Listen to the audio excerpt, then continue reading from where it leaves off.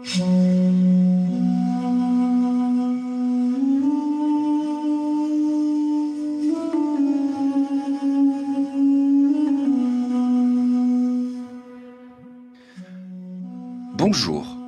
bienvenue dans le podcast L'histoire des Germains, des Francs et des Mérovingiens. Je m'appelle Xavier. Et je m'appelle Romain. Abonnez-vous à notre podcast sérieux, mais pas trop, conçu pour les passionnés d'histoire, qui veulent tout comprendre sur ces peuples, leurs aventures, leurs coutumes et leurs territoires durant le premier millénaire.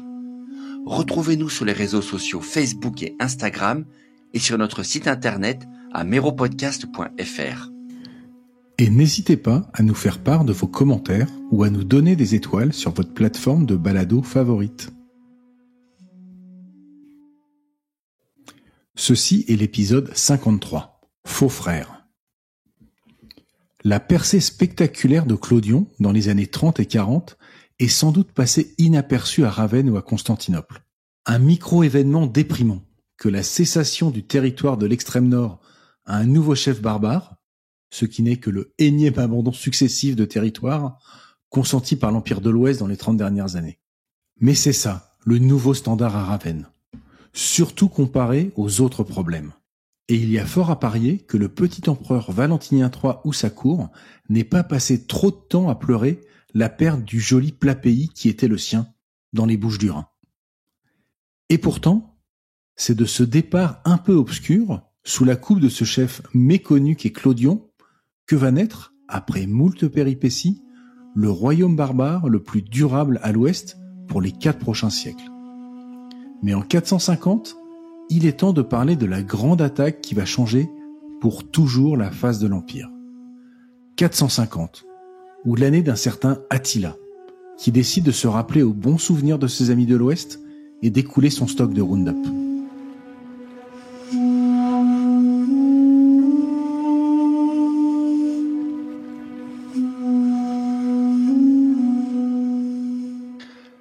La chronique de Frédégaire est l'autre grande source sur les Mérovingiens, largement inspirée du récit de Grégoire, mais écrite 50 ans plus tard, au 7e siècle, par 1 ou 2, voire même 3 auteurs burgondes.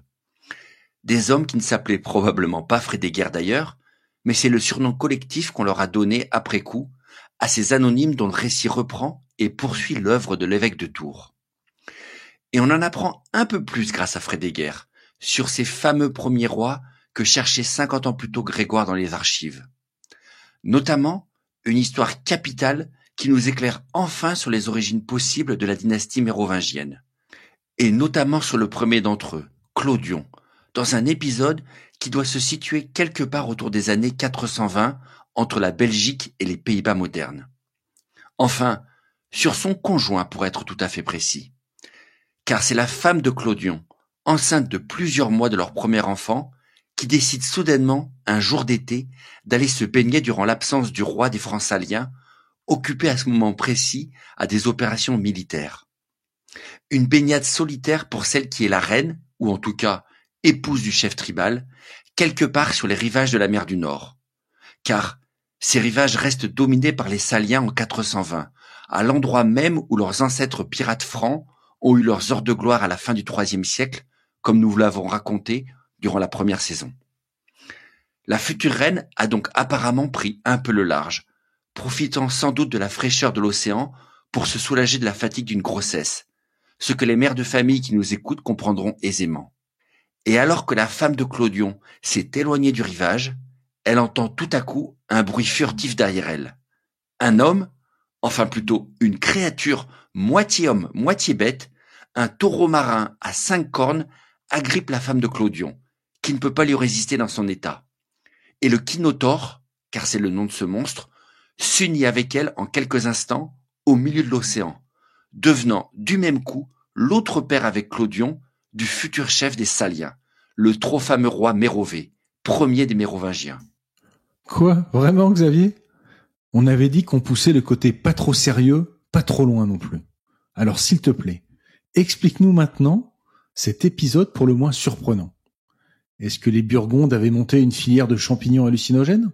Est-ce que la reine avait abusé de quinoa avarié ? Ou y a-t-il un message un peu plus sérieux derrière cette histoire farfelue ? Parce que ton anecdote de monstre marin qui saute sur la reine des Francs au milieu de nulle part et qui co-engendre la lignée des Mérovingiens, on n'est plus dans l'histoire là, c'est carrément salé. C'est plutôt une version médiévale fantastique de Stranger Things que ne renierait probablement pas Netflix d'ailleurs. Soyons honnêtes, cette belle légende autour de la naissance de Mérové pose quelques problèmes quand même. Par où commencer question improbabilité? Alors, déjà, il y a la double paternité du point de vue de l'ADN, et puis on pourrait évoquer les difficultés inhérentes à une agression sexuelle en haute mer, et évidemment, quelques doutes peuvent subsister sur la matérialité d'une bête moitié taureau, moitié poisson, capable d'engendrer un être humain. Donc, 2 ou 3 incohérences quand même, à minima. Mais tout ceci étant posé, cette fameuse histoire appelle 2 ou 3 remarques quand même. D'abord, que cette autre source critique pour l'histoire des Mérovingiens qu'est Frédéguerre, comme la majorité des autres maigres sources dont on dispose pour la période, sont souvent postérieures aux événements, du genre 1 ou 2, voire 3 siècles postérieurs. Un laps de temps qui laisse pas mal de place à de grandes approximations autour des faits rapportés, dont le Kinotaure n'est qu'un seul exemple. D'ailleurs, plus que l'approximation qu'on peut éventuellement mettre sur le compte du délai, ces récits peuvent aussi être biaisés ou loufoques en fonction des opinions ou des croyances de leurs auteurs tout simplement. Et si une source nous livre des histoires improbables, facilement démontables comme celle du Kinotaure, inévitablement, le reste de ce qu'on nous livre dans ces mêmes sources doit être regardé avec un minimum d'esprit critique. Dernier élément à considérer, c'est encore une fois que si les rois mérovingiens avaient eu une grosse antériorité question prestige avant l'arrivée de Clovis, il est assez probable que les auteurs du Moyen-Âge auraient eu des traces un peu plus solides à mettre en avant sur leurs vénérables aïeux. Le fait qu'on puisse évoquer des histoires pareilles dès le 7e siècle sans que ça ne rentre en conflit avec d'autres récits montre quand même qu'on avait, dès cette époque, pas trop d'idées précises sur l'origine exacte des rois mérovingiens, et qu'on pouvait ainsi facilement broder pour remplir les trous dans l'arbre généalogique des souverains.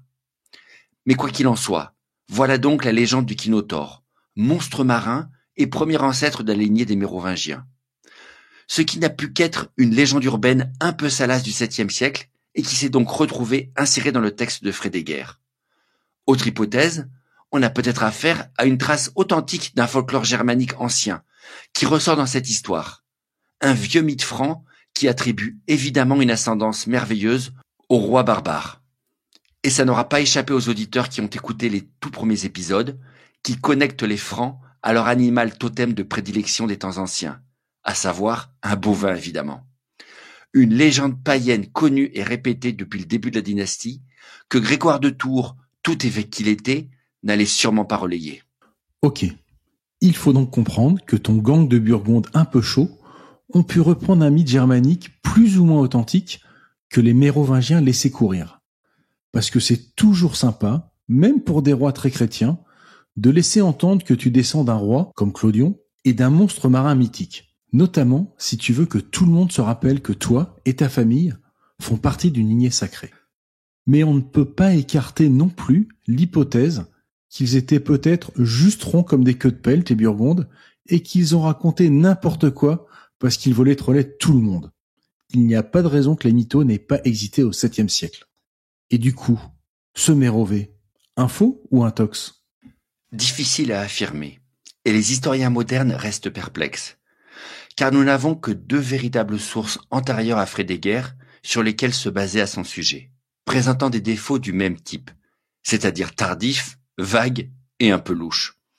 La plus importante, c'est évidemment Grégoire, qui directement après son paragraphe sur Clodion et tout à sa recherche du premier roi des Francs, nous propose la phrase suivante. Je cite. « Certains prétendent que de sa lignée est sorti le roi Mérové, de qui Childéric fut le fils. » Autant dire que notre auteur ne se mouille pas trop avec cette description de l'ancêtre par cette phrase un chouïa prudente. Certains prétendent. Ça sent tout de même le propos politiquement correct de l'évêque qui trouve tout ça un peu suspect, surtout s'il a entendu parler de la légende du Kinotaure, mais qui rapporte ce qui se raconte au VIe siècle et ne peut pas écrire ouvertement dans le royaume où il habite que l'homme connu comme le glorieux ancêtre de ses souverains est peut-être un mythe total. L'autre type de source corroborant plus ou moins l'existence de cet ancêtre, vient de généalogies mérovingiennes tardives, établies dans les monastères et probablement écrites autour du 7e ou du 8e siècle. Généalogies au pluriel, qui, même si elles se contredisent pas mal, relient Clodion à Childéric généralement et mentionnent notre Mérové. L'une des plus anciennes décrirait en réalité Clodion comme père d'un certain Clodebaude, Clodebaude étant lui-même père de Mérové, et de Mérové, on trouverait une succession de 3 ou 4 bonhommes avant d'arriver à Childéric, le père de Clovis.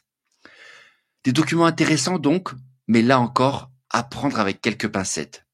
D'abord, on a les mêmes biais que précédemment à garder en tête, que ce soit la distance avec les événements ou les motivations réelles de ceux qui ont établi ces documents. Et puis, plus particulièrement dans ce cas, il y a la possibilité supplémentaire de l'erreur de copie dans des listes de noms. Depuis l'invention de l'écriture, recopier une liste bêtement sans forcément la comprendre ou savoir au juste de quoi on parle est quand même une bonne recette pour se tromper. Et puis, toutes ces généalogies ne mentionnent donc pas Mérové. Il faut sélectionner celle où apparaît son nom parmi plusieurs versions et faire l'impasse sur les autres en se disant que celle où on le trouve est la bonne, ce qui est toujours une proposition risquée. Dernière difficulté et pas des moindres. Il y a juste trop de noms entre Clodion et son supposé arrière-petit-fils, Childéric, pour que ça fonctionne vraiment du point de vue chronologique. Ces 2 rois, Clodion et Childéric, qui pour le coup sont historiquement avérés, ne sont espacés que d'une 20aine d'années au maximum, et ne peuvent donc pas avoir 5 ou 6 générations d'écart. Attends, si je comprends bien, tu es en train de nous expliquer que la dynastie des Mérovingiens tire son nom d'un gars dont tout ce qu'on sait vient grosso modo d'un de ses aïeuls présumés et d'une légende urbaine de Vionne zoophile en haute mer? Une pauvre ligne dans l'œuvre de Grégoire et 2 ou 3 généalogies foireuses écrites des siècles plus tard par des moines inconnus? C'est bien ça nos sources? Donc, je préfère avertir nos auditeurs, on n'est pas sûr du tout que ce Mérové ait jamais existé. Et je me dis qu'on n'aurait peut-être pas dû choisir ce nom pour notre podcast d'ailleurs. L'absence d'autres références contemporaines ou détaillées, hormis ces quelques documents tardifs, rend tout de même la vie de cet homme suspecte. Alors oui, ça peut être une simple malchance du fait de la rareté des textes qui ont été conservés de cette époque, ou le signe d'un règne très court et très calme, avec rien de très significatif à noter. Mais quand même, c'est un peu bizarre qu'entre Clodion et Childéric Ier, rien ne ressorte de clair au sujet de Mérové s'il n'a jamais existé. En fait, la seule méthode pour arriver à faire coller ces sources avec l'historicité d'un certain Mérové est de regarder ces généalogies sous un autre œil qu'une pure succession de père en fils et d'arriver à leur faire dire une autre histoire. Par exemple, que la liste des noms de l'arbre généalogique contient aussi la lignée maternelle des futurs souverains francs. Certains noms pouvant être des noms féminins ou celles de grands-parents maternels. Ce qui ferait alors de Mérové un ancêtre glorieux des Mérovingiens, car ce serait sa fille ou petite-fille qui aurait épousé Clodebaude, un des fils de Clodion, et qui pourrait donc être le grand-père maternel de Childéric. Un autre chef franc donc, aussi prestigieux que Clodion, et dont l'alliance matrimoniale serait à la source du pouvoir des Mérovingiens sur toute la région. Autre théorie alternative, certains noms enchaînés dans les listes ne sont pas forcément une suite de père en fils, mais combinent parfois les frères. Ce qui expliquerait que les noms surnuméraires de la liste généalogique ne sont pas des fils d'eux, mais des frères d'eux. Frères dont la lignée se perd au fur et à mesure qu'on ne se focalise seulement que sur le successeur officiel qui devient roi des Francs à la suite de son père. Dans le cas précis de la généalogie qui nous occupe, Clodion aurait eu non pas un, mais 2 héritiers, 2 frères du nom de Clodebaude et de Mérové. Mérové lui-même engendrant ensuite Childéric et d'autres enfants, et ainsi de suite. 2 frères donc, qui auraient pu prendre la suite du roi des Francs entre 448 et 450. Ah ok, je préfère cette explication. Même si on ne sait pas bien où ils ont pu passer à la mort de l'aïeul, vu le silence des textes et la brièveté de leur règne potentiel. Et puis l'arrivée sur le devant de la scène de Childéric, le père de Clovis, quelque part vers la fin des années 450, ça fait pas lourd comme fenêtre d'opportunité. Mais bon, si on accepte que ton Mérové ait bien existé, son règne n'a pas dû trop durer. Et ensuite, ce qu'on peut faire comme hypothèse réaliste, c'est que son règne n'a pas dû être de tout repos non plus, car la décomposition de l'Empire romain d'Occident battait son plein en Gaule à ce moment-là. Ça c'est clair.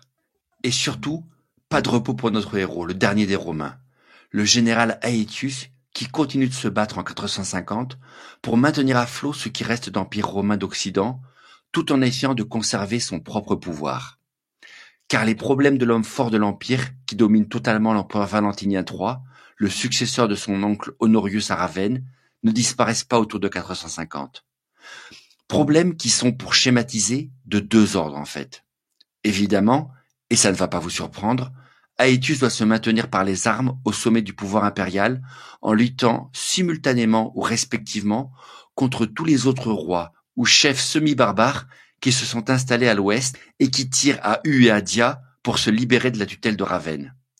On a parlé des Francs de Clodion au dernier épisode, mais ce n'est que du menu fretin par rapport à tous les autres pénibles vivant maintenant sur le territoire romain. Que ce soit des fédérés à qui on a confié la garde d'un territoire en échange d'une partie des recettes fiscales, comme les Alains qu'on trouve en Orléanais, les Burgondes qu'on a installés dans l'actuelle région Rhône-Alpes, ou les Francaliens donc. Ou que ce soit les Visigoths, qui eux se sont construits un véritable royaume avec leurs propres lois et leur propre administration et qui gèrent en tant qu'alliés une zone immense allant de l'Occitanie moderne à l'Aquitaine. Aetius a passé le plus clair des 2 dernières décennies à se battre contre chacun d'entre eux, d'une manière ou d'une autre, dès qu'il tentait de sortir du cadre, gagnant parfois, perdant de temps en temps, et finissant presque toujours par négocier de toute façon pour tenter d'acheter un minimum de paix. Non, le vrai problème d'Aetius, encore plus compliqué mais assez savoureux quand même au vu de son surnom, c'est de ne pas déplaire à ses maîtres.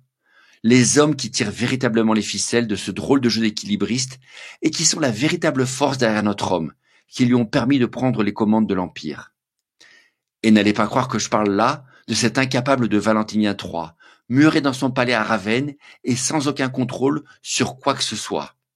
Ni de sa cour impériale d'ailleurs, et ni de son cousin à Constantinople Théodose II, le fils d'Arcadius et de Eudoxie, qui a assez de soucis de son côté de l'Empire pour avoir envie de se mêler de ce qui se passe à l'ouest.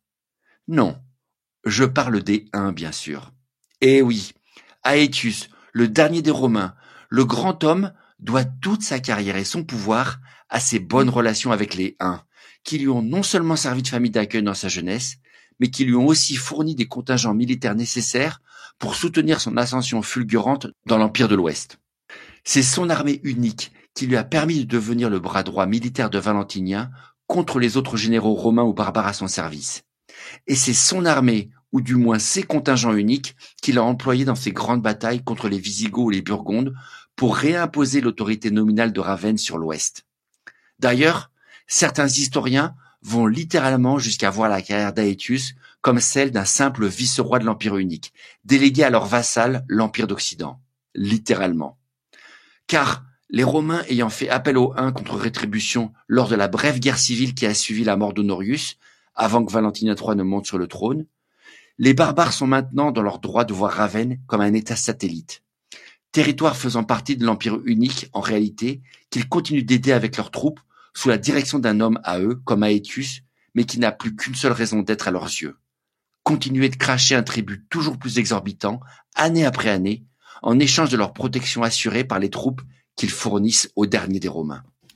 Bon, une fois n'est pas coutume, je te trouve un peu radical que de voir Aetius et l'Empire romain comme totalement à la botte fourrée des Huns sur les années 440-450. Il commandait en effet des armées composées aussi de Romains, mais je parierais volontiers qu'il jouait également son jeu personnel.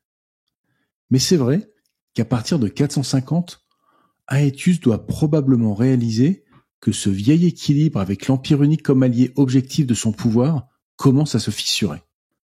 Apparemment, les Huns, sous la direction de leur nouveau leader, ne se satisfont plus des sommes pourtant exorbitantes qu'on leur verse depuis des années. Il faut bien voir que l'Empire unique est devenu le poids lourd du monde européen à ce stade, au grand désespoir des deux autres empires romains. Si vous vous rappelez l'épisode 45, c'est la migration de ce peuple nomade venu d'Asie centrale qui relance probablement le grand bouleversement migratoire en Europe à partir de 370.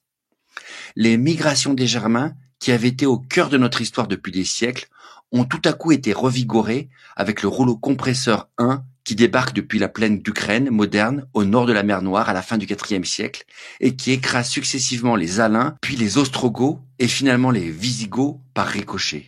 Un grand jeu de dominos où chaque peuple vaincu doit fuir comme l'ont fait les Visigoths vers 370 avant la bataille d'Andrinople ou se faire absorber dans cette grande confédération. Certains peuples qui sont apparus dans notre histoire tout à coup sont le produit direct de cette nouvelle donne politique. Les Visigoths évidemment, mais aussi les Burgondes ou les Vandales, qui sont eux aussi des tribus germaniques anciennement de l'Est, mais qui ont commencé ou accéléré une transition vers l'Ouest avec l'arrivée des Huns. De même, d'autres tribus non germaniques de nomades, comme les Alains, se sont aussi retrouvées en Gaule, notamment lors de l'attaque de 406, dans ce même mouvement migratoire vers l'Ouest pour échapper à la nouvelle superpuissance. Et pour tout un paquet d'autres peuples, moins chanceux ou moins mobiles, une grande confédération a donc fini par se centrer au milieu du Ve siècle au nord du Danube, avec un épicentre en Hongrie moderne. Une confédération pilotée par les Huns eux-mêmes, mais qui regroupe aussi les anciens peuples vaincus, qui gardent leurs traditions et leurs chefs, mais qui leur obéissent et soutiennent leur politique expansionniste. Une confédération qui fonctionne sur un principe simple en fait, qui peut se résumer ainsi. Pourquoi se fatiguer à construire ou à développer tout un tas de choses alors qu'on peut simplement extorquer ses voisins? L'Empire unique s'établit ainsi aux portes de l'Empire dès le Ve siècle comme force militaire qui se finance de gré ou de force en dominant ou en brutalisant ses voisins à force de pillage, d'extorsion ou d'asservissement. Et c'est ainsi, à la suite de leurs victoires successives qui ont grossi peu à peu leur coalition, que les Huns ont construit leur empire. Ok, je vois. L'Empire unique n'a peut-être rien à voir avec l'Empire romain et avec ses belles villes bien organisées et son code de loi écrit sur des beaux parchemins. Et les sources romaines n'ont d'ailleurs probablement pas mis l'accent sur leur meilleur côté. Mais ça n'en fait pas pour autant des fous furieux, avec le couteau entre les dents, qui brûlent tout pour le plaisir. Leur ligue barbare est redoutable, avec une armée mobile, hyper efficace pour faire plier les ennemis. Et s'ils n'hésitent sûrement pas à être violents pour pas venir à leur fin, leur but ultime n'est pas forcément la guerre et la destruction, mais bien l'extraction de richesses chez des voisins trop mous ou trop faibles pour leur résister. Mais quelles sont les conséquences pour nos Francs? Ils sont tranquillement dans leur nouveau territoire du Nord, qu'Aetius leur a laissé, et les Huns semblent assez loin géographiquement. Faut-il en conclure qu'ils sont peu touchés ou qu'ils s'en foutent? Durant la décennie 440, deux événements majeurs vont changer la donne à l'Ouest. D'abord, après des années de lutte, une paix s'installe entre l'Empire d'Orient et l'Empire unique. Une paix monnayée comme toujours, puisque si les Huns n'ont pas réussi à s'emparer de Constantinople, ils ont quand même réussi leur coup. Une guerre terrible contre l'Empire d'Orient, d'où ils ravagent les Balkans et la Thrace, jusqu'à ce que Théodose II cède et accepte de leur verser un énorme tribut, ce qui était exactement la requête initiale. Comme d'habitude, dirions-nous. Deuxième difficulté pour les Francs, et plus généralement l'ouest de l'Empire, les Huns, après une courte période de partage du pouvoir, ont vu un leader incontesté prendre le contrôle total de l'Empire, et qui apparemment n'est pas le meilleur ami d'Aetius. Et on parle bien évidemment du terrible Attila, qui dès 445 a réussi à assassiner son propre frère et co-dirigeant de la Horde pour s'établir comme l'unique roi des Huns. Et un nouveau roi qui, comme ses prédécesseurs, a toujours besoin de plus en plus de cash pour maintenir sa coalition et qui commence donc à lorgner sur l'Ouest. Alors, les textes antiques nous donnent plusieurs raisons contradictoires pour expliquer le début des hostilités et pourquoi Attila décide tout à coup de s'en prendre à l'Empire d'Occident qui jusqu'à maintenant lui payait simplement un énorme tribut pour avoir la paix. En pagaille, et au-delà d'un antagonisme supposé entre Attila et Aetius, qui n'obéirait pas si fidèlement que ça à son maître Hun, on note le roi des Bagaudes, chassé par Aetius en 448-449, et qui, réfugié chez Attila, va le convaincre de venir le venger. Et puis, il y a aussi la vieille rivalité des Huns avec les Visigoths depuis des décennies, et leur désir de se débarrasser de leur plus grand rival dans la domination de l'Empire romain d'Occident. On a même cité un jeu de billard à 3 bandes avec les Vandales d'Afrique du Nord qui auraient payé Attila pour qu'il vienne attaquer ces mêmes Visigoths qui les concurrençaient en Espagne. Plusieurs raisons donc, plus ou moins crédibles, et qui servent de toile de fond pour la grande attaque des Huns de 451 qui va viser directement la Gaule. Oui, Sans oublier cette belle histoire, la fameuse Honoria, la petite sœur de Valentinien III, qui aurait envoyé une bague de fiançailles à Attila pour qu'il vienne la sauver d'un mariage forcé avec un sénateur romain. Et Attila serait venu en Gaule réclamer sa fiancée et tout le pays en dot. Bon, une belle histoire pas trop crédible non plus, mais jolie quand même, et qui donne un aperçu de la bonne ambiance familiale qui devait régner à Ravenne à cette époque. Mais si on veut être pragmatique et ne pas se voiler la face, il n'y a qu'une seule chose qui semble sûre. C'est qu'à un moment donné, Attila a décidé qu'il fallait extorquer plus d'argent à l'ouest, et qu'il a forcément dû trouver le bon prétexte pour justifier son attaque. Et la conséquence, c'est que la vieille alliance, entente, deal ou quoi que ce soit qui ait pu exister entre Léun et Aetius a volé en éclats. C'est le plus probable. Et même si certaines des justifications qu'on trouve dans les textes ont pu exister, ça ne change rien aux raisons plus profondes de l'expansion sans fin de l'Empire unique vers l'ouest. Un empire dont l'appétit se renforçait lui-même continuellement au fil de ses victoires, car chaque conquête, chaque triomphe augmentait la taille même de l'empire et de sa coalition, et donc nécessitait de soumettre encore plus de nouveaux voisins pour continuer à extorquer assez de richesses et d'or à l'extérieur pour garder tout le monde content à l'intérieur. Un cycle pas du tout vertueux donc, qui obligeait l'empire unique à continuer d'enfler en pillant toujours plus de voisins ou de s'écrouler sur lui-même. C'est ça l'une des raisons les plus fondamentales de l'agressivité légendaire de ce peuple. Mais il y a tout de même une dernière raison derrière le déclenchement des hostilités entre Aetius et ses ex-amis, les Huns. Un épisode surprise qui mérite toute notre attention. Selon Priscus, un diplomate byzantin qui a rencontré Attila lui-même à l'été 449, c'est une toute autre affaire qui va servir de déclencheur à la guerre. Pour le Byzantin, qui a négocié les accords de paix entre Constantinople et les Huns, la véritable étincelle à l'invasion d'Attila est due aux Francs. Et oui, aussi bizarre que cela puisse sembler, c'est dans cette source extrêmement sérieuse qu'est le rapport de Priscus qu'on apprend qu'un petit royaume du Nord va être la pomme de discorde entre les deux puissances. On apprend qu'en 450, que leur vieux roi, qui sans preuve formelle pourrait bien être Clodion, vient de mourir, et que ses deux fils s'opposent instantanément pour capter l'héritage. Deux gamins et leurs partisans respectifs, incapables de s'accorder, qui déclenchent une lutte à mort pour le pouvoir. Un conflit qui les pousse respectivement à prendre la seule décision logique possible pour trancher leurs différends, c'est-à-dire trouver un allié surpuissant, un poids lourd qui leur permettra de terrasser le frère rival. Et puisque l'aîné, dont on ne connaît pas le nom, file vers les Huns pour se placer comme vassal d'Attila, il ne laisse par conséquent pas beaucoup d'options au cadet pour sauver sa peau et son trône, ni aux Romains qui ne peuvent pas laisser une autre partie de leur empire tomber dans la sphère des hommes qui sont en train de devenir leur pire cauchemar. Début 450, le frère cadet, dont on ne connaît pas le nom non plus, débarque à Ravenne et jure fidélité aux Romains.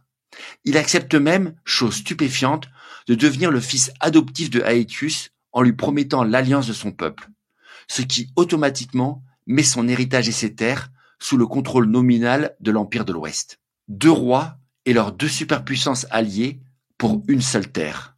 Au milieu du 5e siècle, l'obscur royaume des Francs devient, de fait, la mèche qui va mettre le feu aux poudres pour la dernière confrontation cataclysmique entre barbares et empire romain du 5e siècle. Et oui, fin 450, alors que la grande bataille se profile entre l'Empire romain et l'Empire unique, on découvre, fort opportunément pour nous, soit dit en passant, un autre conflit souvent ignoré entre deux rois francs, deux frères et leurs fidèles, qui se dressent les uns contre les autres. Des rois francs, indubitablement, qui présentent, selon Priscus, la particularité qui va faire parler d'eux dans la suite de notre projet. Des hommes aux cheveux blonds et longs, très longs même, coiffés en tresses pour marquer leur statut royal. Deux princes, deux frères descendants du même roi glorieux des Francs, fraîchement décédés en 450, et qui tout à coup se disputent le contrôle d'un territoire qu'ils peuvent mettre sous le contrôle d'un empire ou d'un autre. Et d'ailleurs, ça nous y fait penser. Nos deux princes des chroniques, Mérové et Claude Baude, ils sont passés où exactement en 450 ? Merci d'avoir écouté cet épisode de L'histoire des Germains, des Francs et des Mérovingiens. le podcast dédié à l'histoire de France durant le premier millénaire. N'hésitez pas à nous retrouver sur notre site internet www.meropodcast.fr ou de nous laisser un message. Et rendez-vous au prochain épisode.